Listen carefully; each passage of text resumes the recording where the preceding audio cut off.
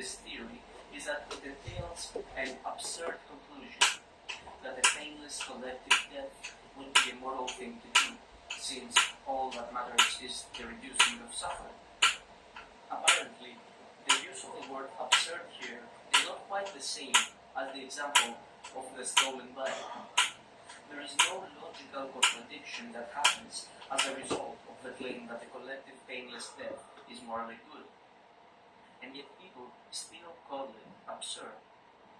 Let's look at another example.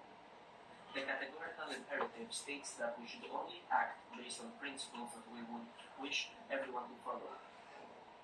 A common objection to this idea is that it is empty of content, since I can just as easily say that I wish for people to never steal, just as easily as I can wish for them to always steal.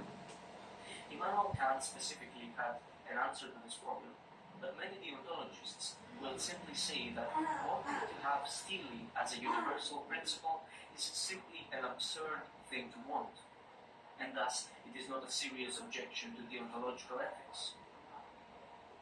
What I would like to propose is that absurdity is used broadly in order to secretly justify opinions that have no justification. When the anti-utilitarian says that utilitarianism's conclusions are absurd, what he means is simply that they do not conform to his preconceived and presumed notions of moral conduct. Obviously, he has a pre-existing bias towards the continuity of life, and thus he simply cannot fathom that a person would actually support extinction. But does the fact that he cannot fathom that a person would actually support extinction actually make the proposition false, impossible, or absurd? In my estimation, no. This is just a kind of defense mechanism that humans use in order to protect their deeply held beliefs from being challenged. Just stating that something feels absurd does not do anything to the argument. For instance, suppose that someone defends representationalism, which states that we only experience mental representations of reality and are never in direct contact with it. Some people use the reductio ad absurdum against this theory, saying that it allows people to reasonably have some doubt about the existence of the external world, which is, quote-unquote, obviously absurd. But once again, how is this proposition absurd? Why is the doubting of external reality absurd or contradictory? Once again, we see that people use the casket of absurdity to hide their deeply held and unjustified convictions. There is no easy way to dispense with those that disagree with you than by just characterizing their beliefs with the vague notion that they are absurd. And this is why I hate when people argue like this in discussions about ethics and politics. And I would urge everyone to be extremely skeptical when political ideologues try to attack their opponents by calling their conclusions absurd. For example, an anarcho-capitalist may support that everything should be privately owned and that there should be no government. And people will say that their conclusions are absurd in some abstract sense because, well, obviously everyone wants public hospitals or roads and stuff like that. But the whole point is that the anarcho-capitalist simply doesn't believe that. So to just say that that's absurd says nothing about the actual content of their belief. It simply says that you disagree with it and that you find it maybe queer, but that's not relevant. If you want to argue with someone, no matter who that person is or what they support, you actually need to have reasons to disagree with them. And if you have no reason to disagree with them, and you just call their conclusions absurd, then you're not really arguing. You're simply creating this label to defend yourself from beliefs that attack your fundamental biases. And honestly, this kind of arguing is extremely counterproductive, and we should be very careful when using the reductio ad absurdum.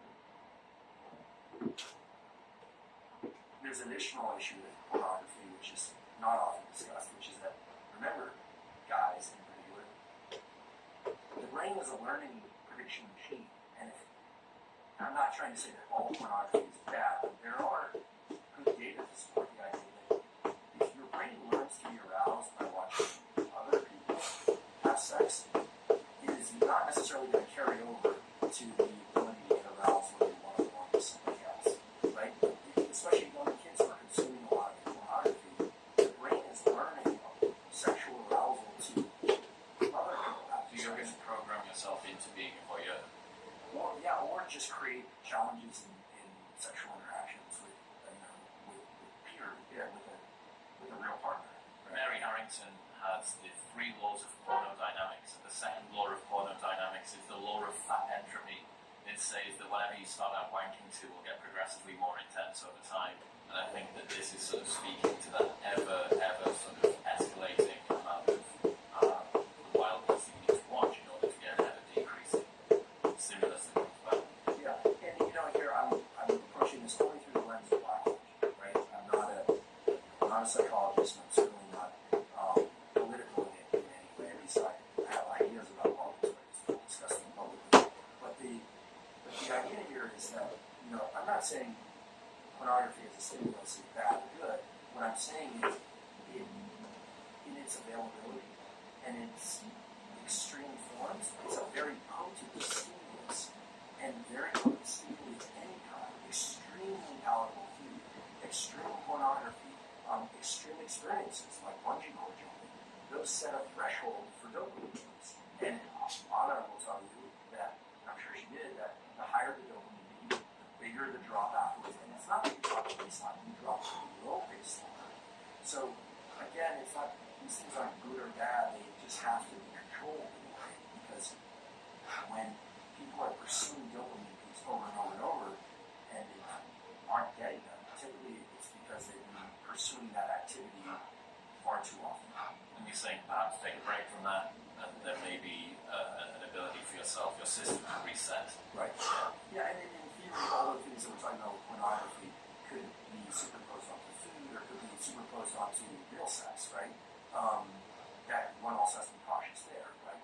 But the cycling back and forth between dopamine and low dopamine states, dopamine fasting as it were, but maybe just low dopamine states, these are natural rhythms that exist in the nervous system. We have to remember what the dopaminergic system is there for. I'll say again, I wasn't consulted with the design phase, but we know as a generic form of motivation and pursuit. You can imagine the human or the animal that's hungry, thirsty. It needs energy to go pursue the thing. So the idea that you have to eat in order to get energy, that's true. You need energy in order to get to eat. So our nervous system has energy, also has dopamine and epinephrine.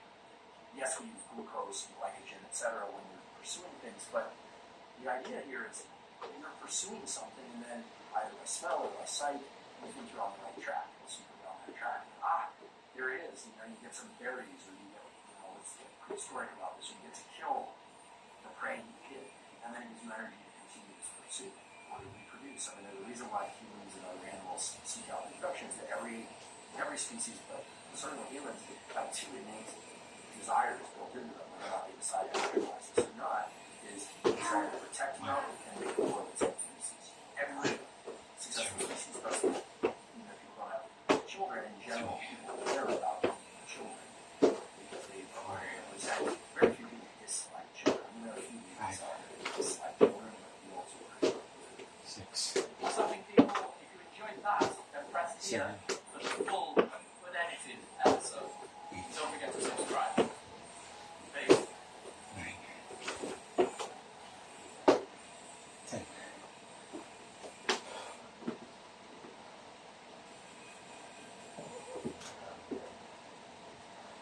So I gotta be honest, Jess. I was very hesitant to make this video. Partly because I found the subject matter embarrassing, and second, I didn't really think I had a problem. But somehow the other day, I ended up going down the rabbit hole watching a video on dopamine and pornography.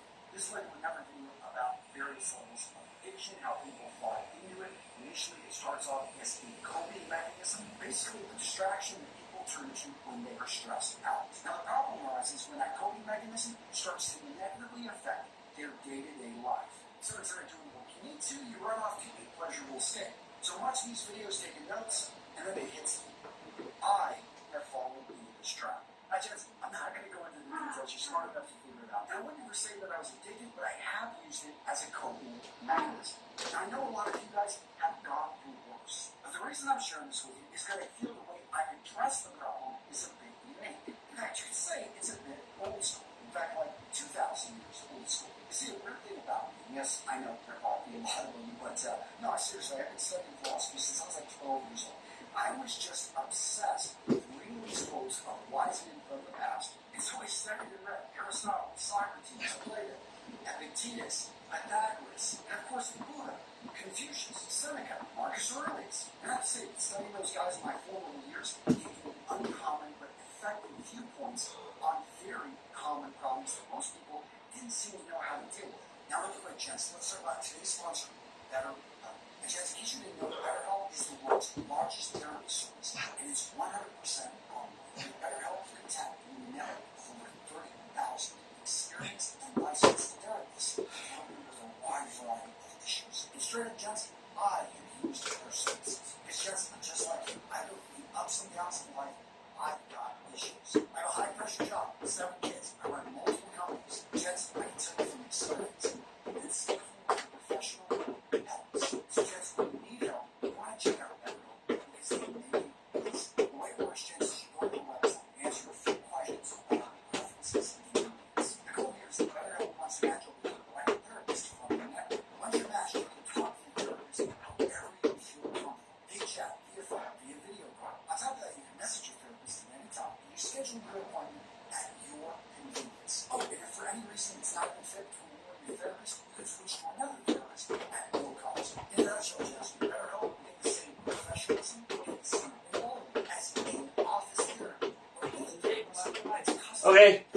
Plus, more scheduling, flexibility, and at an affordable price. To get started, just go to BetterHelp.com/realmenrealstyle. Again, that's BetterHelp.com/realmenrealstyle. And like always, just put a link in the description of today's video. Improve mental clarity, enhanced productivity, better emotional regulation, healthier relationships, increased self-control. It's actually that last one that for me is the big one.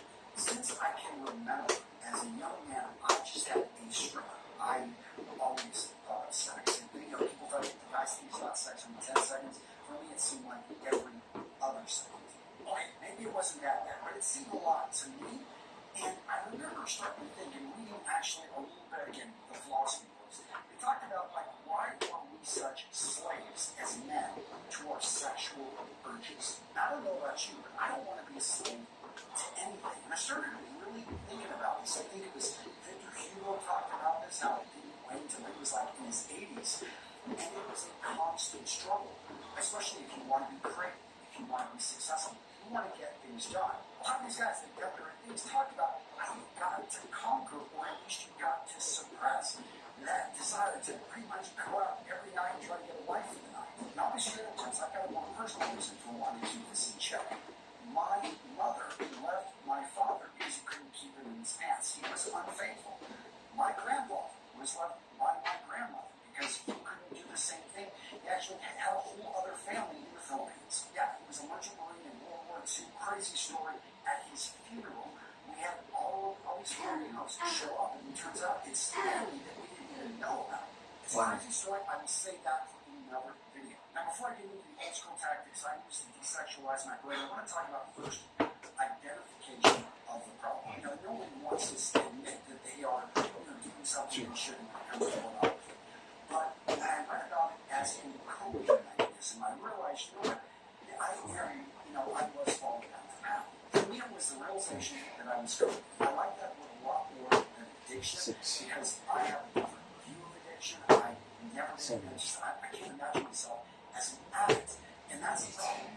You can't see that you are going down that path where coping is a lot softer than the word, especially when you're associated with people that achieve great success or going after things. And I couldn't deny the fact that I was spending time coping and pleasure and just not. It was I should have done the Supermax. Other things in my life. It's also important to understand dopamine, neuroplasticity. This was actually really interesting just watching this neuroscientist talk about the way that the brain is shaped. I'm was doing a lot of this research for another product that I'm working on in fragrances, and all of a sudden I realized, we're talking about transitioning the brain, training the brain, and you realize, wait a minute, like I'm training myself to do this particular thing, and it makes sense because it's very pleasurable. There's a reward. You realize the brain is rewiring itself to basically expect that reward. So whenever you get stressed out, you all of a sudden start running towards those coping mechanisms. And when this starts happening as it becomes a habit, all of a sudden that's when you've got a real issue. So the first tactic is to commit to a life of humanism. Now I feel like most people probably don't even know what that word means. So let me give you basically the opposite. Commit to a life of hedonism. Now most of us understand what that is. That is a pursuit of immediate pleasures. And it's not a controversial philosophy. In fact, if you look at modern society, it seems like they're often saying, go and do everything. You can have it all. Pursue your bliss. Go after your happiness. But any serious student of history knows that that is folly because you can't have everything. And if you pursue happiness, you're pursuing a shadow. Because happiness is the byproduct of satisfaction. And satisfaction, as you guys know, comes from a life of putting in effort, of hard work, where the reward is actually the journey, not the destination you get to. So eudaimonia is a pursuit of a life of virtue, in particular the pursuit of arete, virtue, moral excellence, rational activity, the fulfillment of potential, social and community engagement, and long-term perspective.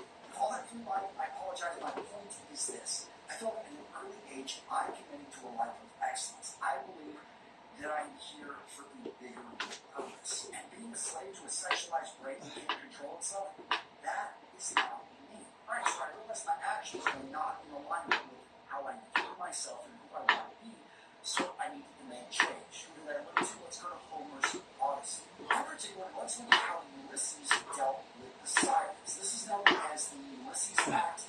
Basically, he wanted to hear the silence. He knew temptation would be too much. So he set up systems so that he could make it through. What did he do? All of the sailors had to put wax in their ears, and they went right out of the silence. They didn't hear them, and they didn't jump off the boats to their death. Ulysses, on the other hand, he didn't feel anything in his ears, but he was tied to the mast of the ship. And despite all the screams and yelling, they knew that they had to keep going to get through that danger zone. Basically, he set things up so he could go through temptation untouched. So what actions did I take to leverage the Ulysses contract? First up, I set working hours. I was going to be home, and I take my daughters to ballet at 3:30 in the afternoon. I'm usually in the office by 8. I just don't have time now to mess around. What was happening is I was staying in the office later, and let's just say that things that happened after 4 or 5 p.m. at night, probably, I didn't need to be in the office at that time. I also set it up so I've got other people coming in my office, an assistant, my wife. I actually have other family members that are coming in and out doing work at set hours. And guess what? Just because I know people are going to be around, when you're alone, you can get away with things. When you've got a group of people in your place, yeah, you're not doing anything stupid. I know guys who set up website partners, to have accountability partners, whatever it takes, find a way to have a contract set so that you cannot fall to temptation. Next up, we've got discipline and routine. This one actually goes back to Pythagoras. And anyone that knows me knows I was in the military. My point is the times in my life in which I have been incredibly busy. Every moment is scheduled. Guess what? I'm not falling into temptation because I don't have any idle time. So I realized, okay, I need to be scheduling each of my days. They each have a purpose. Tuesdays are meeting days. Pretty much every minute is accounted for. Mondays are internal planning days. In fact, I try to get out of the office. I oftentimes go to Starbucks or I travel to a coffee shop and I just simply sit and think and plan for the week. Wednesdays and Thursdays are filming days. In addition, I've got other people coming to the office so that, just people are around. But again, I've got set times in which I need to get things done. If you go to Christian, you probably heard idle hands are the devil's workshop. Now, I don't know if I would 100% agree with that, but I do know that if you are busy, if you got everything planned out, you can schedule things that you are so busy that you don't have time for a coping mechanism. Memento mori, remember death. We're going to get that with Seneca. That it is, a lot of people think that's not work. Most people don't even like to think about that. When you think about it, this is my last day on earth. Do you want to spend it? Yeah, God. I think there are so many people who realize how much little So you need that reminder. I've actually put up some posters as well around the office. These constant reminders of how little time you have. And just make some phone calls. Call some friends you haven't talked to. In fact, you can attribute that one to players. We talked about surrounding yourself with like-minded people and community. That doesn't have to be a physical community. It can be an online community. I've created groups over on school and other platforms. When you've got like-minded people around you, they actually kind of hold you accountable. It's, again, there are different levels to this, but it's really powerful when you surround yourself with the right people. All of a sudden, again, you're staying busy, your mind is going, and you're not thinking about the whole, you're not falling into the over-sexualization trap. All right, so I mentioned and meditation. Now, this story is probably going to get me in trouble, but when I was a young lieutenant in Pensacola, there was this belief that somehow there were going to be women everywhere, and there weren't. So I'm like, well, where are the girls at? They're all back in college. So I went and took some classes at the University of West Florida, and one of the classes I took, she was very attractive. I would love to meet and talk to her, maybe do other things. But let's keep moving, because I got other places to be and other things. So I think that instead of trying to deny, instead of trying to repress these thoughts, just recognize them for what they are. You're a healthy male. You've got urges. We have, biological things that drive us. But being able to just recognize it for what it is, and then put it over to the side and move forward. Now I'm a positive person. I know I talk about negative things, but Seneca actually turned this to an advantage. So we talked about negative visualizations, and that is, think about if you go do this, and what's going to be the negative repercussion? Think about all the time that you waste just gratifying yourself, or watching or lusting over, a woman's body. So it's like getting living rent free in your head, and you realize all that time that you could be pursuing your goals, going after your dreams. You can't do anything about the past, but you can do something about today. So don't waste any time. Don't focus on your goals. You want to accomplish. Switching to something positive. Let's talk about Epicurus. He talked about the importance of simple pleasures. So you think about how you rewired your brain, going after this pleasure, this coping mechanism, and guess what? You can substitute it for other things. I've got now some dark chocolates, not some, yes, they're guilty pleasure, but they're actually relatively healthy. I also have tea in, I've got all these different teas with, sweeteners that are not sugar, that actually taste really good. I think finding other ways to cope that are healthy, because we all are going to probably default to at some point some coping mechanisms, but realizing that, hey, you have a lot of pleasure just simply going for a walk pretty much every day now. My wife stops by, and I don't always know when she's going to stop by, so another, kind of thing there. But she's like, hey, let's pop in, let's go for a walk. She's actually just here. It's a little bit late in the evening. She's like, we don't usually stay this late, but I might make this video done for you guys. And gents, hopefully you enjoyed today's video, a little bit different, and if you enjoyed it, let me know down in the comments. I want to hear from you, and what video to watch next. This one right here. Come on, check it out. 4. Right there. Oh, yeah. Click. Go. Heresy isn't just a belief that's 6. Heresy is a belief that's so wrong, it just fails to show you faith. So what counts as heresy? 8. Heresy is when someone disagrees with God. 9. Heresy is either a belief that redefines God or a belief that redefines the gospel. Trustworthy gospel is what a lot of those televangelists teach, that if you have enough faith, God is going to reward you whatever that way. This is heresy because it redefines the gospel.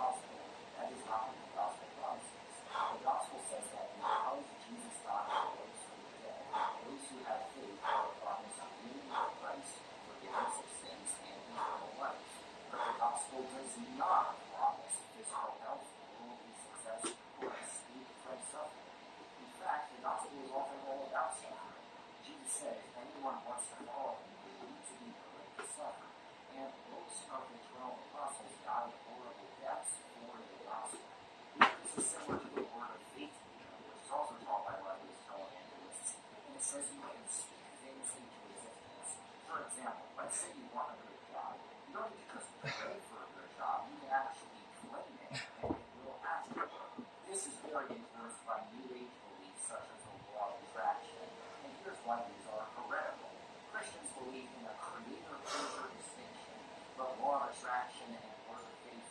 Word is distinction and need word to hold the universe with God, meaning we can govern the universe just like God does. And this is literally what Satan tempted Adam and Eve with, being like God. So that's why the word of faith is heresy. Word of faith comes from the New Apostolic Reformation, which is a recent movement of people thinking there are new apostles or prophets of God preaching today. Here's the problem with this. Why does the Bible have authority? It's because it's the words of the prophets and the apostles. But if you think there are apostles today, then that means they have the same authority as the Bible, and the Bible can't be used to correct them. If you're a Catholic, then you believe the churches have apostolic authority. So if someone teaches heresy, you can just say that contradicts the church. And if you're a Protestant, you believe the Bible is the only apostolic authority today. So if someone teaches heresy, you can just say that contradicts the scriptures. But if you're in the New Apostolic Church, there's no way for you to question someone who says they are an apostle. And now we have feminist theology. This doesn't just mean a Christian who is also a feminist. This means reinterpreting all of Christianity through a feminist lens. That means questioning the Bible's authority because a lot of it is seen as sexist and patriarchal. It also means redefining God through a feminist lens, often referring to God with female pronouns, despite the fact that the Bible refers to God as he. Seriously, liberals will respect everyone's pronouns except God's. This is part of a liberal tendency to define God as whatever sounds good to them. In classical theology, there are strict definitions for the divine essence, as being all-powerful, all-knowing, unchanging, etc. But in feminist theology, since they define God however they want, there isn't a clear definition of what God is. Feminist theology often comes from liberation theology, which defines the gospel as earthly social justice. It was invented by a Catholic priest from Peru who was rightly saying the gospel is about the kingdom of God transforming the world, but he went too far because he cared more about earthly redemption than spiritual redemption. Question: which photo is more Christian? Now, the obvious answer might be this church family, but according to liberation theology, they're upholding traditional oppressive white social norms and probably oppressing minorities without knowing it, whereas this group is fighting for justice. So they are following Jesus more than they're not explicitly Christian. Now, this often discards watching the Bible because it is seen as oppressive. So truth, according to liberation theology, isn't what the Bible says necessarily, but whatever leads to liberation. The problem with liberation theology is that Jesus was not a social justice activist. He didn't even condemn slavery. He didn't condemn the Roman Empire that was oppressing his people. So if Jesus' mission was just immediate liberation from earthly oppression, then he failed. But if his mission was liberation from sin, then he succeeded. Process theology says God changes and improves over time. But traditionally, God was defined as unchanging because he's perfect and infinite. You can't get better if you're already perfect. But because process theology says God changes, they don't think God is perfect or infinite. So these are two different gods. So that's why process theology is heresy. The Judaizers were people in the early church who said you need to be Jewish to be Christian. Because Christianity does come from the Jewish community, but all the other ethnicities were grafted in as well because the gospel is for all nations of the earth. But the Judaizers denied this. They said the gospel is only really for the Jews. So to be Christian, you have to become Jewish. You have to be circumcised to follow all the Jewish rules, and you have to follow all the Jewish holidays. But St. Paul said that these Jewish customs were just meant to foreshadow Christ. Now that Christ has come, they're no longer necessary. Marcionism basically says the Old Testament of the Bible is bad and the New Testament is good. It sees the Old Testament God as evil, angry, and vengeful, but the New Testament God revealed in Jesus as all nice, happy, and peaceful. Now, this is not accurate at all because the Old Testament barely talks about hell, whereas the New Testament, especially Jesus, talks about hell all the time. Most Marcionites today are liberals, such as the liberal Eastern Orthodox Universalist David Benmore, as well as a lot of liberal Protestant churches. But the churches that sided with the Nazis were also Marcionite. They wanted to get rid of the Old Testament due to it being too Jewish or whatever. But no matter what the motivation is, Marcionism is heresy because Jesus Christ himself identified as the God of the Old Testament, so you can't say that they're two different gods. Unitarians are people who deny the Trinity because they think it is Transhumanism was very common among early U.S. presidents because they lived during the Enlightenment, where everyone wanted to be rational and believe in things that truly made sense. They claimed they were just trying to follow the Bible, which they thought didn't teach the Trinity. But that clearly isn't true because Unitarianism evolved into by far the most liberal religion.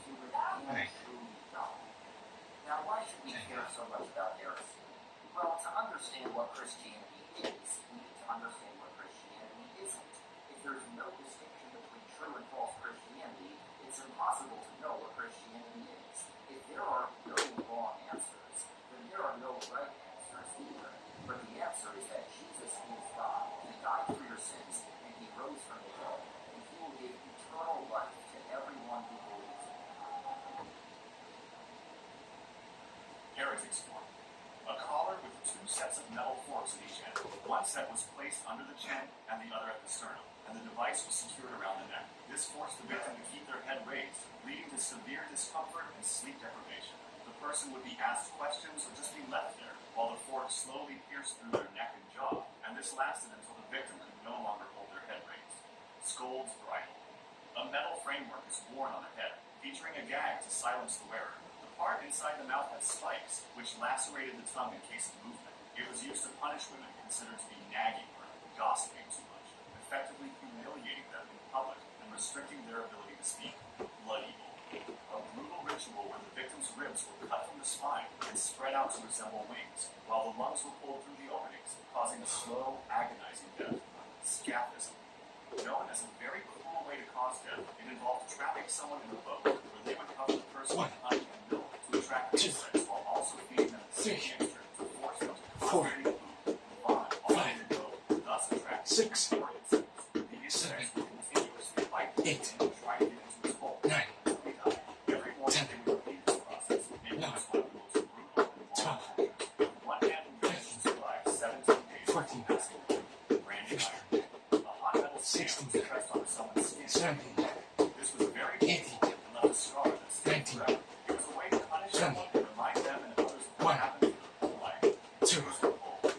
A metal statue shaped like a real-sized bull was used to lock someone inside and then heated up with fire. The person inside was in extreme heat and pain while they burned alive, and it was meant to scare others by showing how bad the punishment could be. There were special pipes to make sure they could breathe, which also made the screams hearable for the crowd, resulting in a bull-like sound. The steam would leave from the bull's nose for extra realism, or breaking wheel. This method broke someone's bones and then twisted their body around a big wheel. They were then left hanging up high where birds and the weather made their death slow and very painful. Breast ripper. Used as punishment, especially for women, it was heated and used to tear the skin of the breasts, serving as a severe punishment that left lifelong scars and pain. Cane. A big, heavy wooden board locked around someone's neck made moving or eating hard. It was a way to shame someone in public, making their punishment not just about physical pain, but also about feeling embarrassed in front of others. Castor oil. Making someone drink a lot of castor oil caused stomach pain and made them so sick that they could no longer hold their food together. Then they would put the person in a big human-sized barrel and remove them when the person confessed. This could even go as far as leading the person to drown on their own body fluids inside the barrel. Choke pear. A metal tool that was put into someone's mouth or anus and then made bigger on purpose. The tool would stretch the tissue to the point of no return. Head crusher.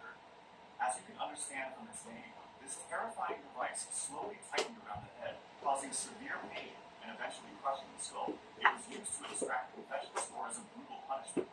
Iron chair. A chair made of iron with sharp spikes on the seat and armrests. The person would be forced to sit on the chair for hours, sometimes days. Keelhauling. Keelhauling was a severe maritime punishment where a sailor was tied to a rope and dragged underwater from one side of the ship to the other, passing under the ship's feet. If the person did not drown or get vital damage from the rusty and sharp wooden body of the ship itself, they would just do it again until the person was no longer alive. It was feared for its brutality. Lynching, also known as death by 1,000 cuts, this was a form of execution used in China, where the condemned person's flesh was systematically cut off. They would take small pieces from the flesh to the point where the rib cage was visible. This would go on for hours until the person was finally dead. It was intended to cause maximum pain and suffering before death. Pendulum, a method involving a sharp blade suspended above the victim, which slowly lowered with each swing. The blade would move just like a pendulum, cutting deeper cuts in the victim every time. Rack. The person would be forced to lay on a rectangle-shaped wooden rack that stretched the victim's body by pulling the arms and legs in opposite directions. It caused incredible pain and could lead to dislocated limbs and torn ligaments. It was mainly used as a method to get information. Scavenger's daughter. A compression device that forced the victim into a crouched position, compressing the body and causing immense pain. It was the opposite of the rack, focusing on compression rather than stretching. Pau de horror. A form of torture where a person is suspended from a rod by their wrists and ankles, similar to being on a parrot's perch. It wasn't a way of execution, but sometimes would cause long-term joint problems for the victim. Tongue tearer. A tool used to grip and tear the tongue, causing extreme pain and preventing the victim from speaking. Ironically, this was often used to get people to speak. Torpedo. This torture involved binding the victim's hands behind their back and hoisting them up by a rope tied to the wrists, typically resulting in dislocated shoulders. Weights may have been added to the body to intensify the effect and increase the pain. This kind of torture would generally not last more than an hour without rest, as it would otherwise likely result in death. Microwave torture, a method where the victim is placed in a completely white, soundproof room with no windows or distinguishing features. It was used as a long-form psychological torture method and often caused people to go crazy. Oubliette dungeon, a type of dungeon designed as a deep pit used to hold prisoners. Forgotten and left in the dark, victims would be dropped through a narrow opening, often to be ignored and left to die without food or water. Hence the name from the French oubliette, meaning to forget. Gibbeting human cages, a method of public execution and post-mortem punishment, where the body, sometimes still alive, was placed in a metal cage and hung on display, usually in a popular area. This served as a warning to others and subjected the victim to a slow, humiliating death. Spanish tickler, a terrifying instrument designed to rip and tear flesh from the body. It was designed as a metal claw and would be constantly and slowly used on the victim. At the start, it would tickle the victim, but after a while, it would mutilate the skin. Bamboo torture. A bamboo would be put inside a person's anus, and it would be left there. The bamboo would grow really quickly inside the man, causing incredible pain. It was sometimes left until it exited from the other side. Flaying alive. A gruesome method where the skin is removed from the body, often while the victim is still alive. This extreme form of torture was used to cause intense, slow pain and suffering, eventually leading to death through shock or infection. Judas chair, a torture device featuring a pyramid-shaped seat where the victim was placed at the top, with ropes used to lower and suspend their body weight onto the sharp apex. The chair would slowly rip the person apart. Iron Maiden, a tall, coffin-like chamber with spikes on the inside that would pierce the person placed inside once it was closed. Spanish donkey, a sharp-angled wooden device on which the victim was forced to sit, straddling it like a donkey, with weights attached to their feet. This would increase pressure and pain on the body, often causing severe injury to the legs and spine until the victim was ripped apart by their body weight. Crocodile shears, a torture instrument designed to cut off the victim's limbs. The shears had a heated, serrated edge, forming a crocodile's jaws, and were often used on metal workers to punish those who attempted robbery. Chinese water torture, a method where water droplets are repeatedly dropped onto a person's forehead for an extended period. This causes psychological distress and can lead to extreme anxiety and even madness as the constant drip becomes unbearable over time.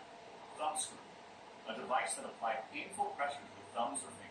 By tightening the screws, the device would crush the digits, causing intense pain. It was commonly used to extract confessions or punish thieves and other criminals. Whirligig, a torture device that spun the victim around at high speeds, causing discomfort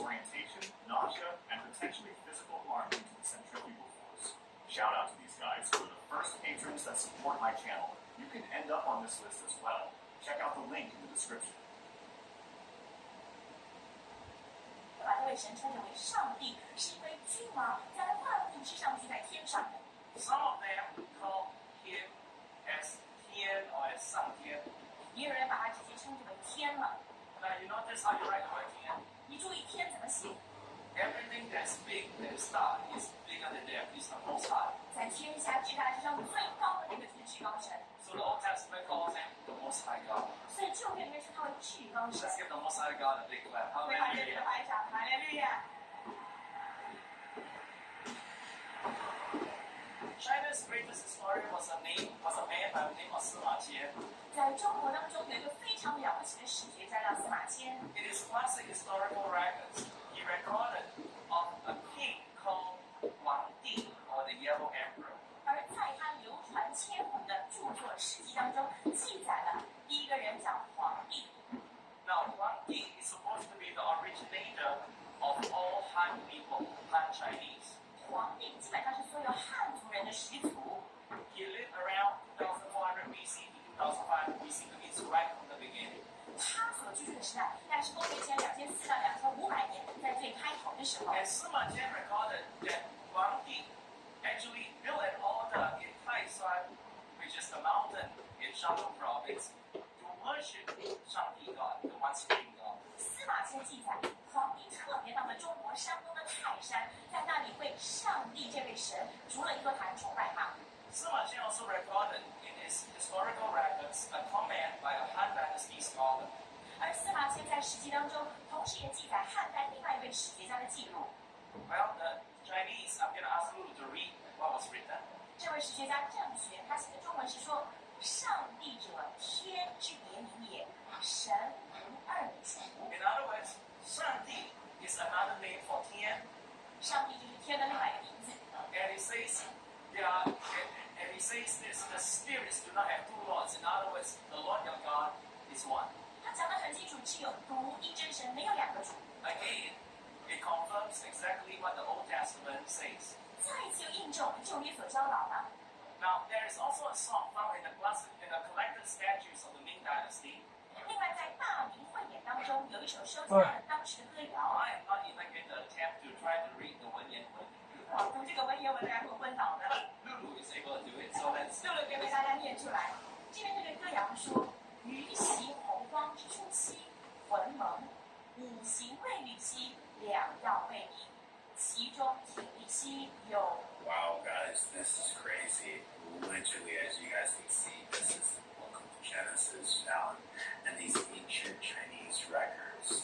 But then to further prove the point, they worship a monotheistic God. It's not this polytheistic Buddha, big fat Buddha man that you rub his belly. For near solar space, and it won't reach its destination for another 25,000 years. New ice age, or rather, in 50,000 years, we will enter the glacial period of the current ice age. This means that global temperatures will drop far enough that much of the lunar atmosphere will become covered in a giant ice flood. So even if no supervolcanoes erupt, much of the western world will be destroyed anyways. Although current levels of global warming continue, it's possible this ice age will either be greatly delayed or avoided entirely. And with that, by all means, 6, this will bring us all the way to the year 1,000,000. 7, And this is a bit of a weird time in terms of future predictions. One of the things is an unimaginably large span of time in terms of humanity, and because of that, it starts making accurate predictions about what will be in this time. But in terms of the natural world of the universe, 1,000,000 years is a pretty short amount of time, and a lot of the existentially terrifying things that are going to happen to the Earth and the universe are still far, far ahead of this time. So because of that, this level only has a couple of things. One is terraformation. The idea of humanity expanding past Earth and colonizing the stars has been in our collective consciousness since we've been able to lay eyes on other planets. And when we theorize about the first potential human space colony, the planet we usually set our sights on is Mars. Mars is the closest planet to Earth, and it lives pretty much right in a stronger and higher pressured atmosphere and inducing global warming to raise surface temperatures. These are the most essential and necessary things that would need to happen to support life, and many other things would have to happen as well to make Mars comfortable, like releasing oxygen and nitrogen into the air to make it breathable, purifying the toxic soil, and creating some kind of ozone layer to protect against solar radiation. There have been many proposed methods to terraform Mars. Some of them are pretty wild, like putting up giant mirrors around the planet to reflect sunlight, or setting up 10,000 nuclear bombs in Mars's polar region to melt the ice and release carbon dioxide.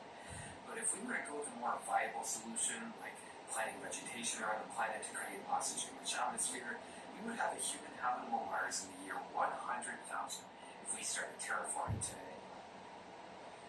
The Badlands erosion. The Badlands are a really interesting national park in South Dakota. It consists of smooth rocky hills with red streaks running along them. It almost looks like a CGI or something. The Badlands are caused by the slow erosion of giant sharp hills of stone over hundreds of thousands of years. And in the year 500,000, the Badlands will get eroded down into a flat prairie, like much of the land that surrounds it. Time Machine. Time Machine is an 1895 novella by English author H.G. Wells. It's not only one of the oldest science fiction stories, but it's also the first ever work of far future science fiction. The story revolves around a man who creates a time machine and uses it to travel through the year 802,701. The world he finds himself in is completely unrecognizable, but not in the usual way science fiction depicts the future. This isn't an advanced technological utopia or a post-apocalyptic wasteland, but rather a world where humanity has been in slow decline for hundreds of thousands of years. At some point in the past, mankind achieved world peace and found a way to live a simple life in harmony with nature. But the consequence of achieving this peace was the slow erosion of humanity's strengths. Without any goals to strive for, the human ability to problem solve, strategize, and change the world around us all atrophied and was slowly lost around many eons. As a result, humans in this time period still live a more or less utopian life in harmony with nature, but they have the appearance and the physical and mental capabilities of children. The systems that forefathers put in place to achieve this utopia are also decaying in some ways, but humans no longer possess the ability to fix it. I don't want to spoil too much of the time machine because I think about every book I talked about in this video, this one was the hardest to put down. It's a surprisingly interesting and unique view of the far future, especially for the time period it was written in. Memory of Mankind. Memory of Mankind is a time capsule project much like the Svalbard Seagull and the Arctic World Archive, although the Memory of Mankind project has a focus on durability and endurance. The project was inspired by the clay tablets of the Sumerian civilization, which have lasted in pristine condition for thousands of years. Memory of Mankind consists of huge amounts of written data, including news articles, entire magazines, dictionaries, and even social media profiles, which are all etched into dense ceramic tablets that can survive water, radiation, intense pressure, and temperatures up to 1200 degrees Celsius. These tablets are then stored 200 meters underground in the Hallstatt salt mine in Austria, which humans have been using continuously for 7,000 years. Along with being historically geologically stable, the mine is also extremely dry due to the salt it contains, and it's also located under a mountain, which means the immense weight that sits on top of it keeps it naturally airtight from the outside world. The Memory of Mankind project is potentially the longest lasting preservation project humans have ever made. It will survive until the year 1 million. Alright, here's where things start picking up a little. The next level is going to take us all the way to the year 1 billion. And I think this is when things start feeling really foreign. Like I said earlier, a million years is a pretty short amount of time geologically, but a billion years, that's a different story. Allopatric speciation. When we start talking in time spans of millions of years, and where we're going to be that far in the future, we need to start taking into account a very important and unavoidable force of life: evolution. The modern form of humans, Homo sapiens, have only been around for 300,000 years. The previous species of humans, like Neanderthals, Homo erectus, Homo naledi, pushed the timeline back millions of years. Just like we did in the past, humans in the future will evolve to become different. It's hard to say how the future humans of Earth will look, but if recent changes continue, the humans in the near future will likely be taller, smarter, and live longer than us. However, the biggest evolutionary changes we'll see in the future are going to come when humans start colonizing the stars. Allopatric speciation is when groups of the same species become geographically isolated from one another and evolve to become different over time. Humans on Earth aren't isolated by any means, but the sheer vastness of space will become a significant geographical barrier. In 2 million years, there will be countless different species of humans living on the stars. Humans will evolve to acclimate to the planets and colonize, whether they grow more efficient lungs to accommodate a thinner atmosphere, stronger bones and muscles to accommodate a heavier gravitational pull, or or maybe someone will live permanently in zero G between solar systems like the L-Circum's Hyperion. The possibilities are endless. Asteroid extinction event. 100 million years in the future, Earth will likely be hit by an asteroid very similar to the one that killed the dinosaurs 66 million years ago, along with 3/4 of all life on Earth at the time. 100 million years is unimaginably far in the future, so hopefully humanity has developed the technology to avoid this catastrophe, if we're even still around at all. Fossilized cities. The best lands we have in the distant past of Earth is fossils. Mineralized forms of dinosaurs, fish, bugs, bacteria, there are even fossilized trees from millions of years ago. We can really learn a lot about the past by examining fossils, but what will the future intelligent species of Earth have to examine millions of years in the future? We'll certainly find that human fossils buried deep beneath eons of dust and dirt, but what about all the things we've built? No other species has shaped the Earth quite like humans have. What's going to happen in concrete jungles like New York City or Tokyo 100 million years in the future? Well, a lot of it depends on whether plate tectonics are going to push any given city up or down over time. Cities that are slowly rising due to plate tectonics, like San Francisco and Manchester, will likely be eroded over time into nothing but dirt. And some cities like New Orleans or Amsterdam are slowly sinking, and because of that, these cities will slowly become enveloped by the Earth and fossilized over many eons. If these places really are abandoned, then the fossilized remains won't resemble a snapshot of time like Pompeii does, but rather it will reflect long abandoned and rotting cities like Pripyat. There very likely won't be any buildings that will stand so far in the future, but what will remain are the things we made under the surface. Basements, subway tunnels, underground passageways, these will all be preserved for future intelligent species to discover. Just like how we speculate on whether or not dinosaurs had feathers or what color they were, the future beings of Earth will speculate on whether or not humans lived exclusively underground, and if not, what our above-ground settlements might have looked like. You might be thinking something like, oh, well, they're just going to find a picture of a city in a subway tunnel or something, right? But keep in mind the time span we're talking about now. To memory mankind, the best preserved time capsule we've ever made is only going to last 1 million years. 100 million years in the future, no picture or writing or digital data from now is going to survive unless we find a way to better preserve it in the future. The only thing that will remain that we've made are these fossilized cities. Pangea Proxima. No landmass on Earth is perfectly still. Every continent is slowly moving due to the ever-changing plate tectonics happening under the surface. 200 million years ago, the continents as we know them today didn't exist at all. There was only one giant supercontinent known as Pangea. In 250 million years in the future, the continents will once again all join together to form a new giant landmass called Pangea Proxima. The consequences of every continent on Earth being physically joined together are massive. Evolution will likely greatly accelerate into every terrestrial species of animal competing for the same landmass. Oxygen levels will also likely be much higher in this time period than they are today, which may lead to animals evolving to become larger, much like the dinosaurs that once existed on Pangea 200 million years ago. Climate-wise, the center of this future mega island will be a desert more extreme than any that exists on Earth currently. Deserts, prairies, or steppe regions will often result from a lack of water reaching the deep interior of the continent. All the continents joined together, the deep interior Pangea Proxima will be more water-starved than any place on Earth today, potentially reaching average summer temperatures of up to 55 degrees Celsius. The Book of the New Sun. The Book of the New Sun is the final piece of fiction in this iceberg. It's a series of far-future fantasy books written by Jane Wolfe. They take place on Earth at a time when our sun is cooling. Earth at this point in the future is completely unrecognizable. Continents aren't where they used to be, and there's no cultural references or connections to our world that the reader could recognize. It might as well take place on a alien world. The book series follows a man named Sept who gets expelled from the torturers guild, a monk-like guild of law enforcers who enact punishment on people convicted of crimes and paid the Autar, the absolute monarch who rules over the present Earth as he is so controlled. Everything in the book is only seen through the eyes of the main character Sept, who, while educated, doesn't understand everything that's going on in this disconnected and classist world he lives in. His life and the things he does on his adventures aren't that different than that of a medieval fantasy character. He walks from village to village with a sword on his belt to take on contracts by the local townspeople, much like Geralt of Rivia in the Witcher series. But the noble people of Earth are traveling between worlds and using technology that seems like distant and poorly understood magic to Sept, and by extension, us, the readers.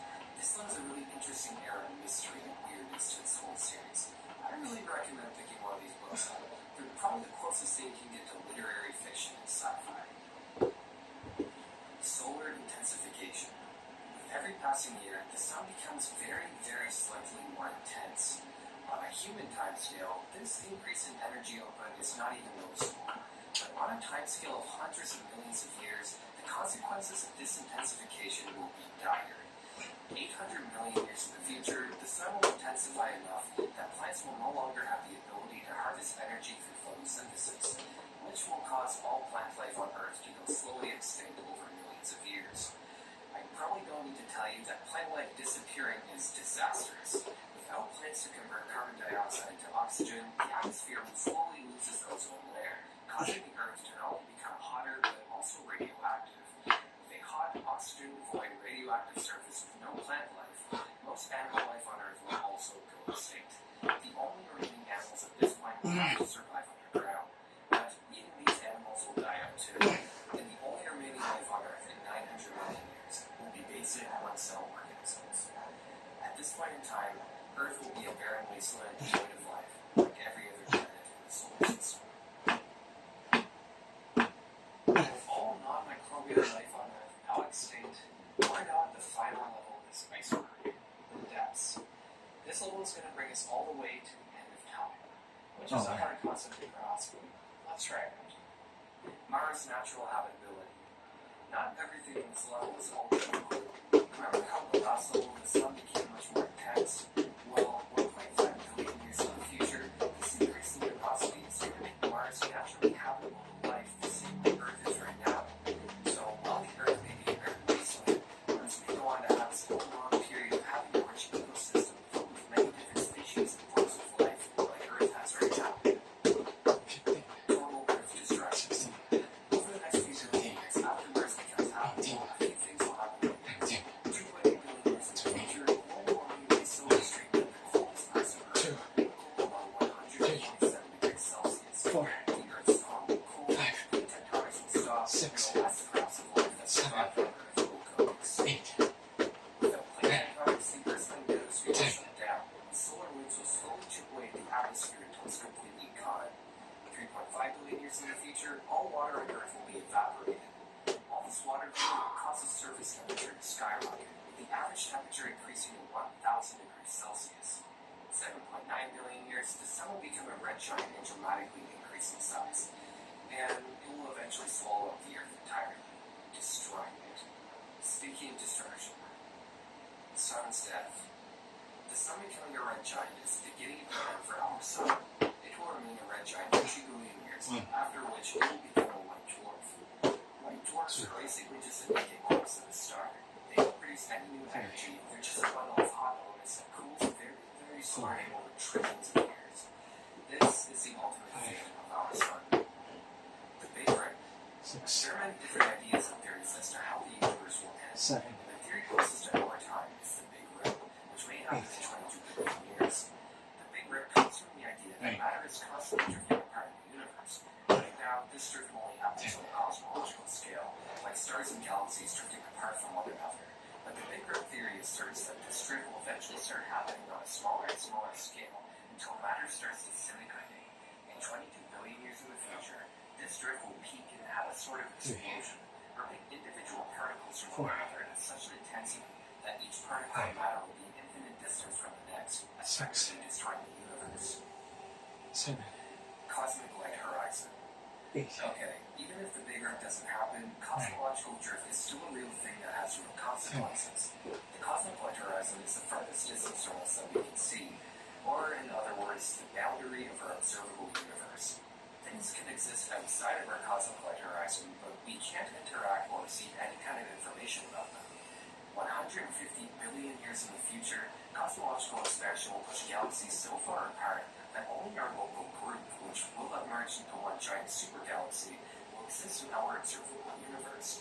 325 billion years in the future, every solar system will be so far apart from one another that each one will be isolated in its own observable universe, meaning the sky will be completely devoid of stars no matter where in the universe you are.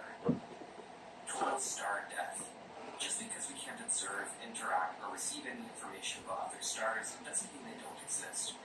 But 100 trillion years in the future, all star formation will stop. And 10 trillion years after that, the universe will have effectively exhausted its solar energy supply, entering what's known as the degenerate era. At this point, the universe will slowly become much colder and darker. The dark era. After every star goes completely dark, and every black hole exhausts its energy, we will enter the dark era of the universe. At this stage, entropy and cosmological drift will cause every particle in the universe to exist in its own cosmological horizon, meaning every particle of matter will be isolated in its own encircled universe. This will be the final permanent state of our universe. At this point, nothing will ever change. The universe will exist with every particle in the exact same state, forever. But what if it wasn't really the final state of the universe? Quantum fluctuations are random changes in energy levels at any point in space, and these changes happen completely unprovoked. Quantum tunneling is the ability for matter to pass through a barrier it shouldn't be able to pass through. Like if you throw a ball at the wall and instead of bouncing back, it just appeared on the other side of the wall. Quantum tunneling is a real and observed phenomenon that happens on an incredibly small scale. There's no limit on the amount of distance quantum tunneling can make matter travel. So the universe stays in a static final state for an infinite amount of time. It's possible that at some insanely distant point in the future, quantum fluctuations might lead to an isolated particle of matter tunneling past the constraints of its cosmic horizon to exist within the gravitational pull of another particle, and they'll slowly drift towards each other and collide. This process might continue randomly for an ungodly amount of time, until this bundle of matter has enough of a gravitational pull to start pulling the rest of the universe together, and everything just restarts. A new Big Bang. A new universe. Okay, let's take a second to get back to reality. The universe has been around for 13 billion years. The heat death of the universe will occur in 10 to the power of 106 years. That's 10 with 105 zeros. To put that in perspective, 13 billion is 13 followed by 9 zeros. So, in other words, the current age of the universe can fit inside the time between now and the heat death of the universe 10 to the power of 97 times. That's 10 with 96 zeros. It's really hard to grasp just how old the universe will be when it dies and how young it is now. Let's put it like this. If an average human lives, let's say 85 years, that's about 2.7 billion seconds. So the universe is still many orders of magnitude younger than a baby that's lived for only 1 millionth of a second. So in other words, we still got plenty of time. Anyways, guys, that's it for today. Thanks for watching. Even quote Asimov.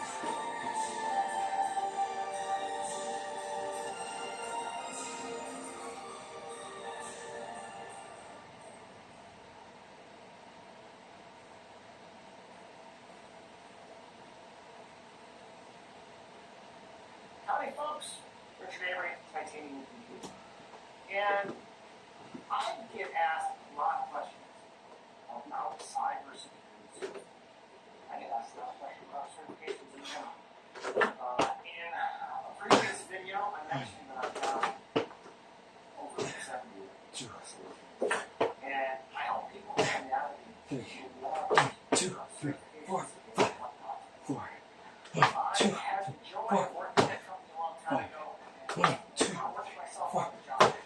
6, And 4, I just stopped. 7, 1, 2, 3, 4, 8, 1, 2, 4, 9, 1, 2, 4, And 10.